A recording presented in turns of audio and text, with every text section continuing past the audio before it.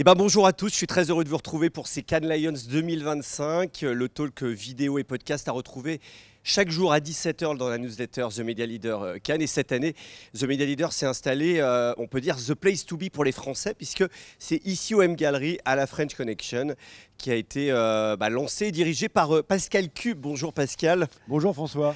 Tu vas faire l'introduction avec moi avant de retrouver tous nos invités dans cette émission qui va être quotidienne jusqu'à vendredi. La French Connection, c'est ton bébé, tu y travailles quasi toute l'année. Qu'est-ce qu'on va y trouver pendant toute cette semaine? Alors écoute, oui, on travaille quasiment toute l'année dessus, si ce n'est en production, pré-production, mais aussi en relation pour essayer de faire monter tout ça.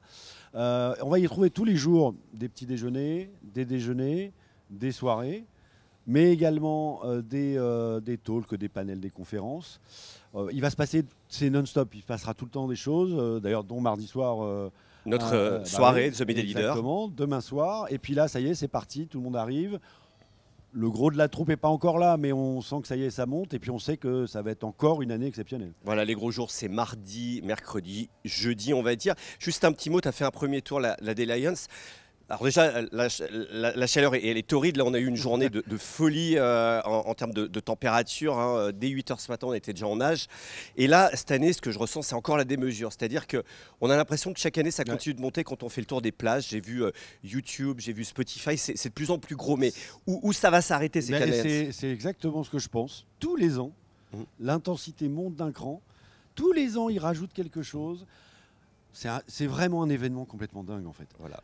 Et qui regroupe, il ne faut pas l'oublier, toute l'industrie publicitaire mondiale. La créativité, les ad tech. En tout cas, il y a plein de choses, plein d'innovations. Et puis, plus de 27 000 cas dans le palais avec des prix qui vont être remis. On croise les doigts pour les Français. J'ai vu certains cas qui sont assez exceptionnels. On va croiser pour eux, je crois que par exemple, Publicis a déposé énormément de cas. Hein. Voilà, et Havas aussi. Voilà. Ils sont... c'est nos champions. On sait que l'année dernière, Publicis avait fait un carton. On espère cette année que Publicis continuera à le faire. Le niveau était très élevé. Mais qu'Havas, je sais qu'ils sortent aussi des caisses qui vont faire mal.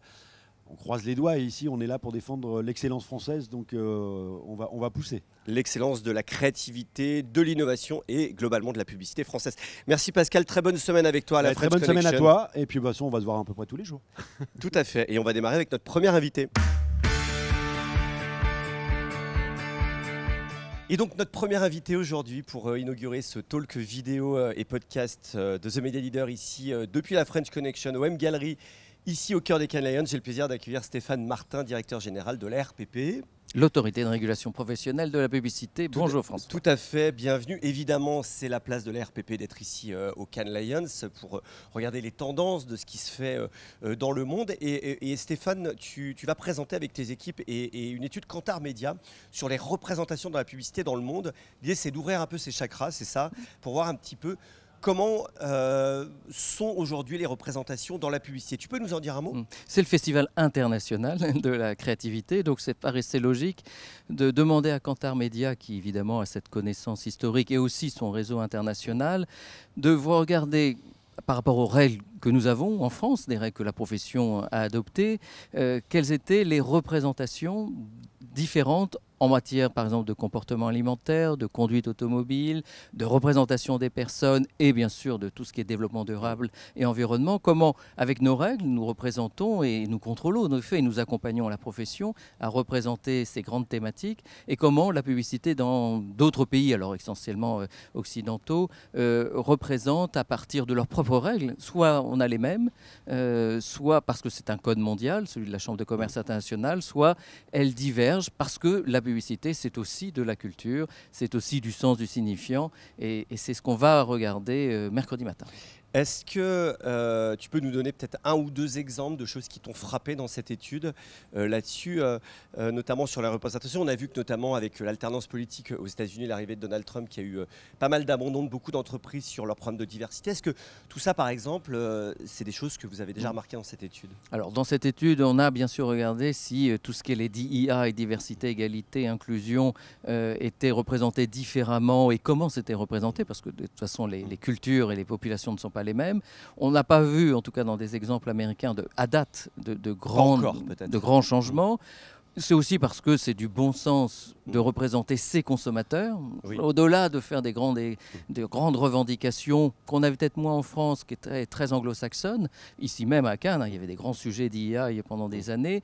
Le fait de représenter tout simplement ses consommateurs, d'où des questions sur l'accessibilité pour le handicap, sont aussi des grands sujets qui sont abordés partout dans le monde, parce que ce sont bien sûr aussi des consommateurs, tous ceux qui sont en situation de handicap, a fortiori le handicap invisible. Les mentions légales aussi, c'est un vrai sujet. Quand on a des publicités dans le métro pour la banque, l'assurance, on se dit qu'aujourd'hui en France, est-ce qu'on n'a pas été un peu plus réaliste que le roi? À la radio, n'en parlons pas, où les messages sont plus du tout audibles. Aujourd'hui, on en est où de ces mentions légales? Est-ce que les Français sont excessifs, plus royalistes que le roi par rapport à d'autres pays? Alors on a justement regardé, puisque évidemment nous sommes aussi consommateurs, nous voyons bien que il y a eu une accumulation. Chaque mention à l'origine a sa légitimité, de toute façon qu'on ne va pas questionner, c'est une légitimité politique, souvent issue de lois, mais bien souvent rajoutée par des arrêtés, des décrets.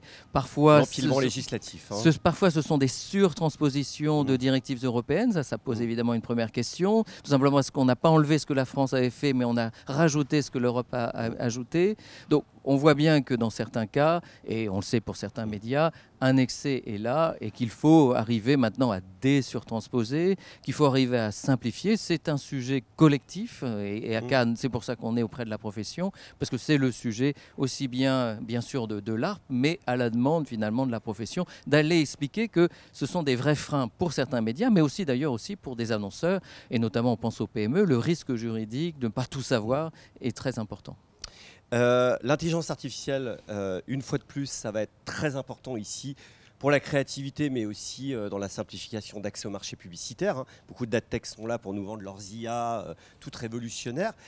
Dans la publicité, dans la création, est-ce que l'ARPE a adapté ses codes pour mettre de l'IA éthique, on va dire, puisque la question va se poser. C'est-à-dire qu'aujourd'hui, l'IA est partout dans la publicité. Est-ce que l'ARPE s'est saisi de ce sujet? Alors, même au niveau mondial, puisque la 11e actualisation en 2024 du Code de la Chambre de commerce international, auquel évidemment on se réfère, en tient parfaitement compte. Bien sûr, nous, dans nos règles et même dans nos travaux, puisque ça fait 7-8 ans qu'on a développé notre Invenio, notre IA, de contrôle finalement de la publicité, et que l'on voit, puisqu'on rend énormément de conseils avant diffusion, qu'on voit bien que l'IA est utilisée par les agences maintenant au quotidien. Il faut le mentionner quand on utilise de l'IA? Alors la question, et c'est pour ça que demain nous avons avec le réseau international des avocats aussi ici même un breakfast le matin, et on va justement évoquer ces sujets.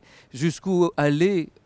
Est-ce que c'est trompeur? Est-ce qu'une IA peut être trompeur? Et dans ces cas-là, il faut le mentionner. Si c'est une IA, on va dire, de conception, on n'a jamais mis qu'il fallait fait par Photoshop. Donc il y a un équilibre à trouver dans cette mention. Certains peuvent aller loin, c'est le cas des plateformes, parce que la loi les oblige en Europe à l'indiquer. Il faut trouver cette juste mesure. La vraie question en termes déontologiques pour l'ARPE, c'est notamment, on le voit, puisqu'il y a plein d'annonces ici même, d'entreprises qui disent, voilà, on va créer automatiquement vos publicités. C'est un peu facile, je ne suis pas sûr que leur IA connaisse l'ensemble des règles, et donc vigilance, et ce qu'on va rappeler, c'est qu'il faut rester en contrôle. De toute manière, in fine, c'est bien un humain, une personne morale ou une personne physique qui sera responsable devant la loi. Il y aura quand même la jungle d'un côté, en effet, la télévision, le cinéma, l'affichage qui sont très contrôlés par des organismes comme l'ARPE, et puis à côté le digital où ça va être la jungle, et là il va y avoir des pubs faites avec de l'IA sans aucun contrôle. C'est ça le risque? C'est le risque de proposer une solution soi-disant tout en Inde, créer des milliers de publicités d'un coup, en exposant non pas l'entreprise qui a mis la technologie, mais surtout finalement l'annonceur qui risque de passer à côté. On parlait des mentions, mais il n'y a pas que ça. La loi française, elle s'applique quels que soient les supports. Et le numérique, alors les grandes plateformes, on filtre évidemment, mettre en place, mais notre rôle, c'est aussi de penser à l'ensemble du marché, des petites PME qui sont des annonceurs. Et c'est cette longue traîne qui est très importante pour beaucoup de médias qu'il faut aussi accompagner. Alors c'est un peu nos développements informatiques, nos développements de solutions vont porter aussi là-dessus pour au moins créer des alertes quand il y a des risques qui peuvent être de greenwashing d'ailleurs, mais parfois des risques de publicité mensongère, tout simplement parce qu'il manque une mention. Bêtement, vous affichez un prix qui est un prix promotionnel, ben, normalement il y a une date de fin. Je dirais que c'est très basique, c'est du code de la consommation en France, mais c'est de la compétence des autorités publiques. Donc voilà, attention à toutes ce nouveau mirage, mais c'est l'avantage d'avoir une autorisation qui fête ses 90 ans, c'est que la technologie, on l'a vu évoluer sans cesse, on a toujours su s'adapter, mais en rappelant qu'il faut être agnostique, les règles s'appliquent à tout le monde, quelle que soit la techno. Voilà, le rôle d'un régulateur de la publicité et non pas d'un gendarme, hein, on va dire, par rapport à cette IA pour que la publicité elle reste accessible, responsable, éthique. Merci Stéphane. Merci de cette invitation. Très bon Cannes Lions. Et tout de suite, c'est la suite de ce talk avec un nouvel invité. Nouvel invité ici depuis le M Gallery pour ce talk vidéo et podcast de The Media Leader pour ces Cannes Lions. J'ai le plaisir d'accueillir Amélie Benessi. Bonjour. Bonjour. Tu diriges l'audience chez la CPM et tu es ici à Cannes pour présenter le nouveau bébé de la CPM. On sait que vous certifiez, contrôlez la presse, les podcasts, l'influence. Et là, vous lancez le Social Index. C'est pour mesurer la performance des marques médias sur les réseaux sociaux. Évidemment, c'est un sujet extrêmement intéressant. Ça n'avait jamais été fait. Pourquoi créer ce baromètre sur le social media maintenant, là, aujourd'hui? Alors qu'on sait que le social media, c'est de toute façon un média extrêmement important, notamment pour les jeunes générations. Eh bien, tu viens de le dire, en fait, il y avait une très forte demande du marché que la CPM, en tant que tiers certificateur, puisse mesurer, fournir au marché des infos sur l'impact des marques médias sur les réseaux sociaux. Donc, c'est un projet qui a été très long. On le sort maintenant, mais il faut savoir qu'on est dessus depuis novembre 2023. On a testé toute l'année 2024 7 outils différents. Donc, ce n'est pas un projet qu'on sort comme ça du chapeau, c'est vraiment une méthodologie et tout un projet qui a mis quasiment 1 an et demi à sortir et qu'on sort le 24 juin. Voilà, et on en parlera évidemment dans The Media Leader. Tu es ici pour faire un peu le teasing. Le teasing. Alors, c'est quoi quelle est la méthodologie de ce baromètre ? Alors, on a donc ce que je te disais, testé 7 outils différents sur l'année 2024 pour avoir le meilleur partenaire pour ce baromètre. Donc, c'est des outils de social listening, c'est-à-dire que c'est des outils donc, qui remontent toutes les informations des réseaux sociaux. Il y a 6 régies qui nous ont accompagnés, 6 régies éditeurs qui nous ont accompagnés sur l'année 2024 pour tester ces 7 outils. Et c'est l'outil Sherpai qui a été retenu pour être le partenaire de la CPM sur le baromètre Social Index. Et donc, on remonte, aujourd'hui on a plus de 110 marques qui ont souhaité souscrire, 110 marques médias qui ont souhaité rentrer dans ce premier baromètre Social Index. Et donc Sherpai remonte toutes les informations sur 8 plateformes. Donc on a Snapchat, on a TikTok, on a LinkedIn, on a Threads, on a YouTube, on a Dailymotion, Instagram, Facebook évidemment. X aussi. Non, pas X. Pas X, et on aura Pinterest dans certainement le mois prochain. Donc aujourd'hui, on a 8 plateformes et donc on va pouvoir sortir un ranking, donc ce qui est hyper puissant, donc de l'impact des marques médias sur les réseaux sociaux, sur ces 8 plateformes. Alors ça va être un classement, c'est-à-dire il y aura un premier, un dernier. Comment ça marche? Oui, bien sûr, il y aura un premier, un dernier. Il y a 7 indicateurs qui vont être mis en avant tous les mois, donc on pourra faire des évolutions, etc. Donc je ne vais pas tout dévoiler maintenant, comme on l'a dit, c'est un teasing, notamment le volume de vidéos vues. Donc on va en fait vraiment mettre en avant 2 classements. Le premier, c'est la puissance des marques médias sur les réseaux sociaux, et le deuxième, c'est le taux d'engagement. Donc c'est l'engagement, donc vraiment leur relation avec leurs audiences. Les interactions. La question, c'est évidemment de pouvoir, valoriser le modèle économique des marques médias là-dessus. Comment elles vont pouvoir se saisir de ce baromètre pour aller effectivement monétiser, un peu plus valoriser leur présence sur les réseaux sociaux? Parce que pendant longtemps, on a dit que les marques médias, elles étaient là pour valoriser leur contenu, mais finalement, il y a toujours eu un problème de débouché économique derrière l'utilisation de ces plateformes réseaux sociaux, puisque d'abord, celles qui s'enrichissent, c'est d'abord les plateformes, c'est pas vraiment les marques médias. Ça, c'est le sujet Alors, en fait. Déjà, il faut bien comprendre, je ne sais pas si je l'ai assez dit, mais c'est un baromètre cross-média. Donc, on n'est pas du tout uniquement sur les éditeurs presse. Donc, il y a de la télé, il y a de la radio. Donc, on est vraiment sur un baromètre cross-média. Ça va permettre effectivement donc, de fournir au marché, donc aux marques médias, mais aussi au marché, donc un ranking donc sur la puissance des marques médias donc, et leur présence sur les réseaux sociaux. Et tu parlais de contenu tout à l'heure. Donc, effectivement, le concept même d'une marque média, c'est d'avoir son propre contenu qui lui appartient, et donc de valoriser, quand on parlait tout à l'heure de taux d'engagement, on peut, grâce donc, au baromètre Social Index, voir les milliers d'interactions qu'ils engagent avec leurs audiences, et c'est ultra puissant. On va voir, les chiffres sont complètement phénoménaux, mais encore une fois, je ne dévoile pas tout. Mais, Voilà, l'idée c'est de valoriser les médias français, évidemment. Exactement. Et derrière, évidemment, le financement par le marché publicitaire. Exactement. D'ailleurs, les agences sont très... Jean-Luc Chétrit, le nouveau président de la CPM, PDG d'Union des marques, sera là pour en parler dans la semaine, je crois jeudi, sur ce talk vidéo ici au Cannes Lions. Merci beaucoup Amélie, puis donc rendez-vous le 24 juin. Merci à vous et très beau Cannes Lions. Merci. Et un nouvel invité ici depuis le M Gallery à la Friends Connection pour ces Cannes Lions 2025. J'ai le plaisir d'accueillir Claude Sapeski. Bonjour. Bonjour, comment ça va? Merci d'être avec nous. Tu diriges le retail média chez Equative, boîte française Equative qui a beaucoup grandi. On va parler, avant de parler de l'actualité d'Equative, peut-être un mot du retail média, ce segment du marché pub qui continue d'exploser. On va beaucoup en parler ici au Cannes Lions cette année. C'est quoi les grandes tendances du retail média aujourd'hui? On sait que ça a dépassé le milliard de dollars depuis bien longtemps, maintenant depuis deux ans dans le monde. Un segment qui continue de grossir et qui finalement se rapproche notamment de la vidéo et de la CTV. Alors oui, le retail média, ça devient un sujet dans lequel, je dirais, qui se démocratise avec le média, avec les annonceurs. C'est un sujet très marchand.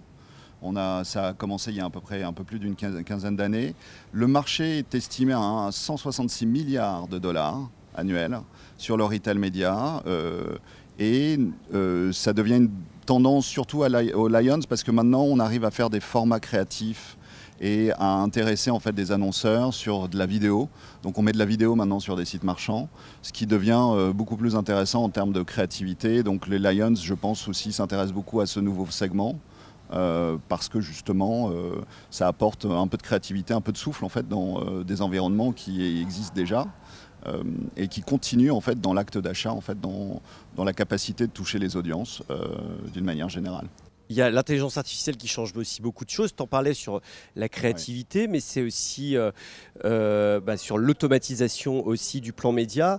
Et puis la mesure aussi, justement cette IA, aujourd'hui, elle change le retail média?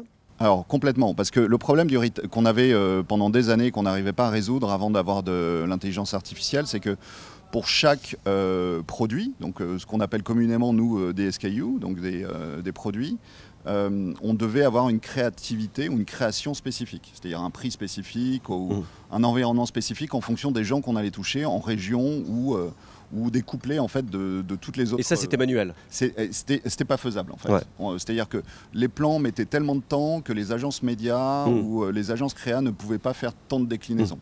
Donc l'IA aujourd'hui nous permet justement de le faire de manière beaucoup plus automatisée sur la base d'une création qui est faite par une agence, et j'insiste.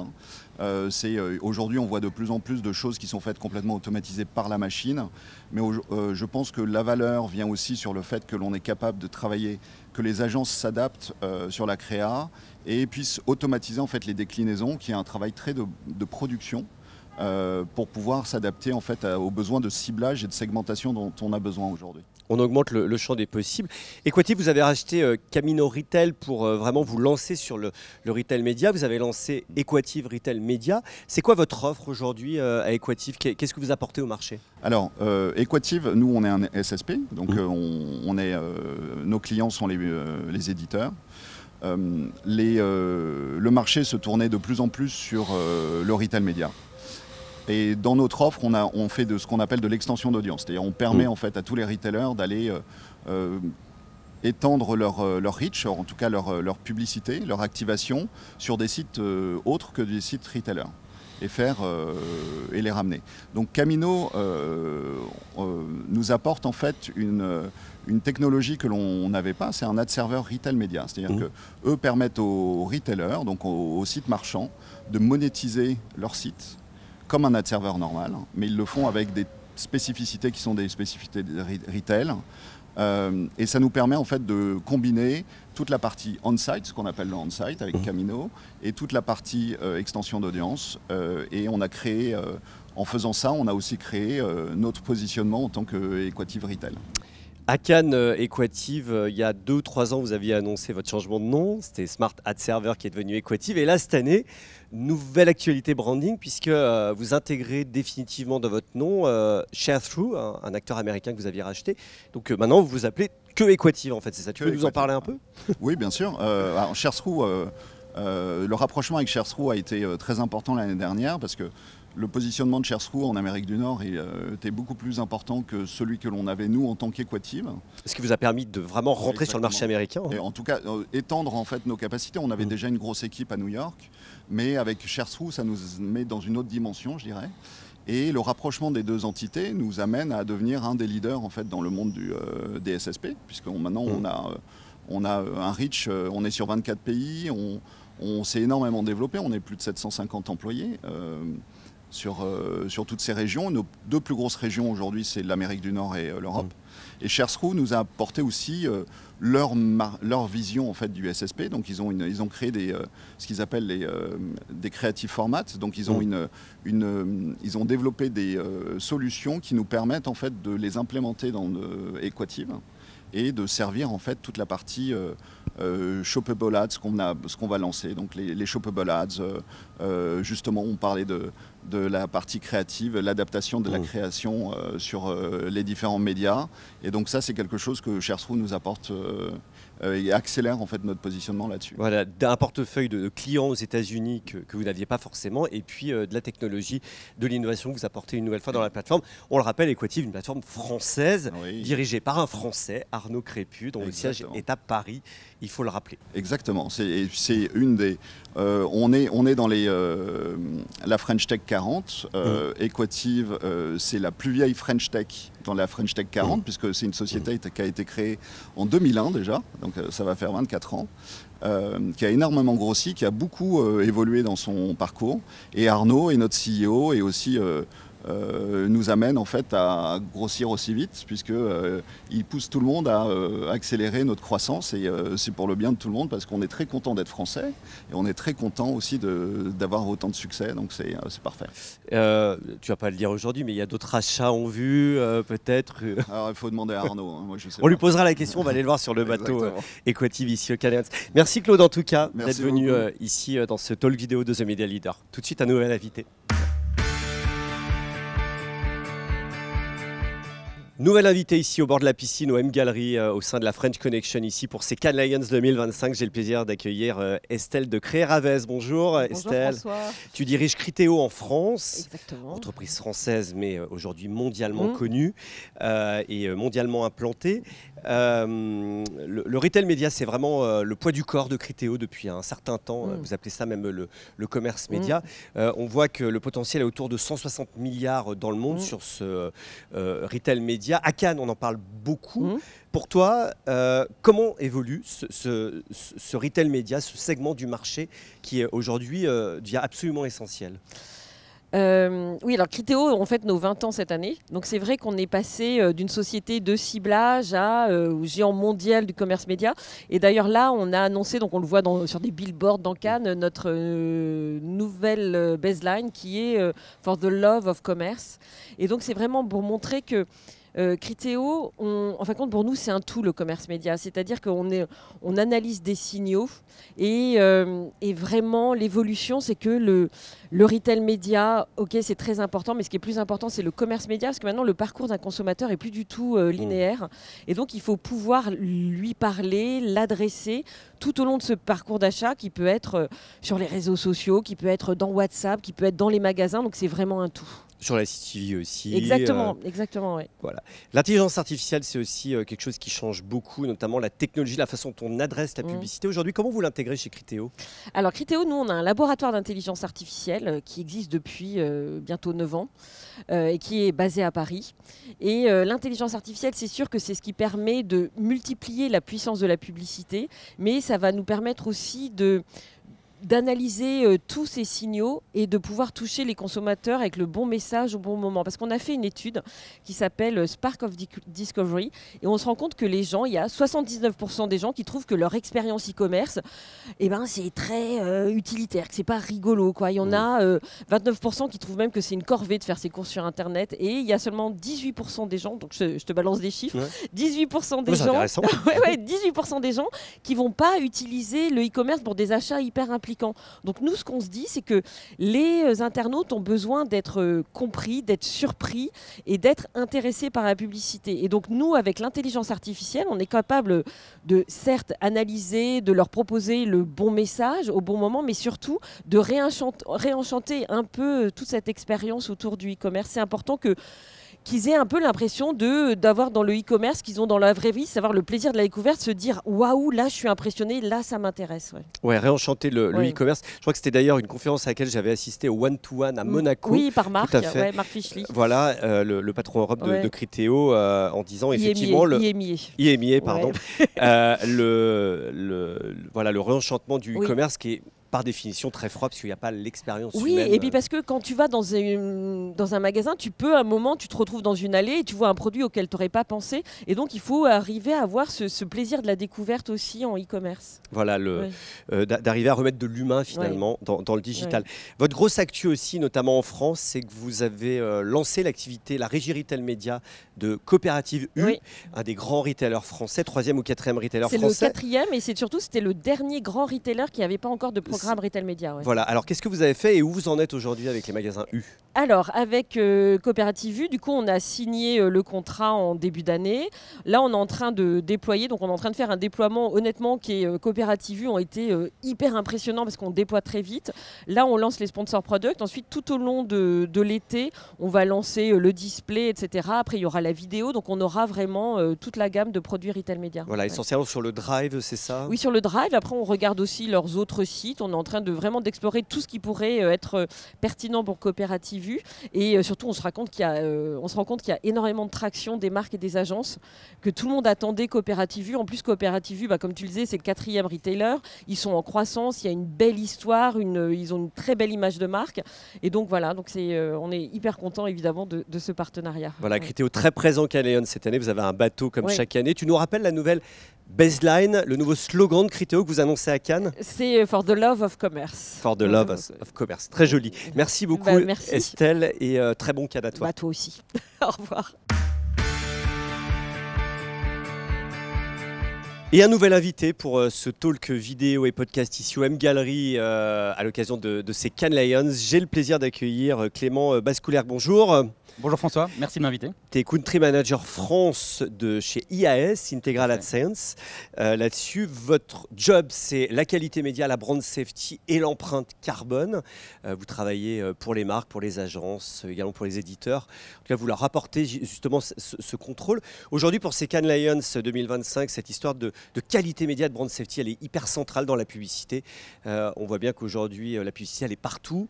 La créativité aujourd'hui est boostée par l'intelligence artificielle, mais cette brand safety et qualité média, elle est vraiment au centre de préoccupation des annonceurs. En quoi aujourd'hui, IAS est là pour accompagner ce marché sur ces sujets absolument majeurs? Merci François pour la question. Donc effectivement, aujourd'hui on parle beaucoup dans le marché de ce qu'on appelle les super signal agrégateurs, donc agrégation de signal. Nous, IAS, on a comme vocation et ambition d'être le signal qui va agréger le maximum d'informations pour les clients et les aider à les guider dans cette complexité. Donc, tu parlais brand safety, visibilité, attention, sustainability, ça c'est les signaux qu'on agrège. Ce qui est important, c'est de voir en fait la masse de signaux qu'on va agréger. Il y a 2 ans, on scannait chaque jour 2 ans de contenu par journée, 2 années de contenu par journée. L'année dernière, 10 ans de contenu par journée. Cette année, 40 ans de contenu par journée. Donc en fait, on a démultiplié d'une manière incroyable le nombre de signaux, le nombre d'éléments qu'on va analyser. Et ça, c'est grâce à l'intelligence artificielle. Plus de précision. Et plus de précision. Et du coup, la capacité, en fait, ce que j'aime souvent à dire, c'est que si tu parles à Meta, ce sera les meilleurs pour connaître leur plateforme, Google pour connaître Google. Mais nous, en fait, on a la capacité d'avoir tous ces signaux multiplateformes en fait, et de pouvoir en fait orienter les clients en ayant cette interprétation de l'ensemble des signaux sur lesquels ils vont investir.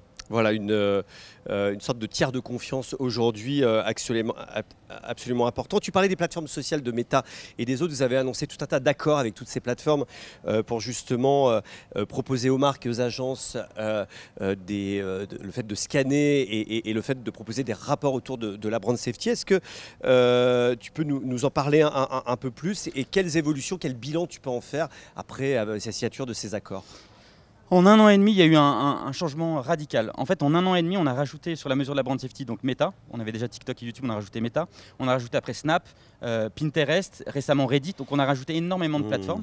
Et le plus intéressant, c'est qu'on a aussi lancé depuis 6 mois des solutions d'optimisation. Donc ce qu'on appelle dans le jargon du pré-bid. Donc la capacité pour les clients de filtrer la brand safety en amont, donc d'aller optimiser directement. Et on voit tout de suite qu'on a des gains extrêmement importants pour nos clients d'efficacité et de protection. Donc ça, effectivement, c'est un game changer, si je peux dire, sur l'industrie, parce qu'on passe d'une logique de je mesure les plateformes à j'arrive à les optimiser dynamiquement et j'améliore drastiquement mon cadre de diffusion. Et puis à l'empreinte carbone, la sustainability aussi, qui sont des sujets importants. Vous avez annoncé d'ailleurs un accord il y a peu de temps. C'est un sujet qui est encore dans l'air du temps, ça, l'empreinte carbone? C'est un sujet qui est bien sûr encore plus que jamais dans l'air du temps. Donc quand on regarde la qualité média, ce qu'on fait nous historiquement, la notion d'empreinte carbone, elle est intrinsèque. Donc allez regarder aussi toutes les entreprises, toutes les marques en ont besoin. Ouais. Exactement. Et donc nous, on a historiquement un partenariat avec Goodloop et on a renforcé ce partenariat récemment avec l'annonce d'un partenariat avec Impact Plus, qui est une tech française. Donc on est content. Ça montre aussi notre lien aussi avec le marché français et avec des acteurs locaux extrêmement intéressants. Vous travaillez avec des marques, avec les agences, avec les plateformes aussi. On en parlait. Et puis vous avez une palette de secteurs, notamment je crois que le luxe fait beaucoup appel à vos services, puisque voilà, eux, en termes de qualité média, de brand safety, c'est des sujets très importants. Comment on gère cette transversalité pour s'adresser à autant d'acteurs et de secteurs différents? Alors c'est un point important qu'on essaie toujours de trouver la notion d'équilibre entre. On est là pour que les annonceurs, via leurs agences, optimisent la qualité de ce qu'ils achètent, mais on n'est pas là pour servir pour taper entre guillemets sur les régies et les partenaires. Donc on essaie vraiment aussi de travailler main dans la main avec toute la chaîne, également avec les régies, les plateformes, pour les équiper et que tout le monde arrive en fait à avoir les mêmes indicateurs, les optimiser et travailler en fait de concert pour la qualité sur le marché digital. Eh ben merci beaucoup Clément, je te souhaite un bon Cannes. Merci et merci d'être venu dans ce talk vidéo de The Media Leader.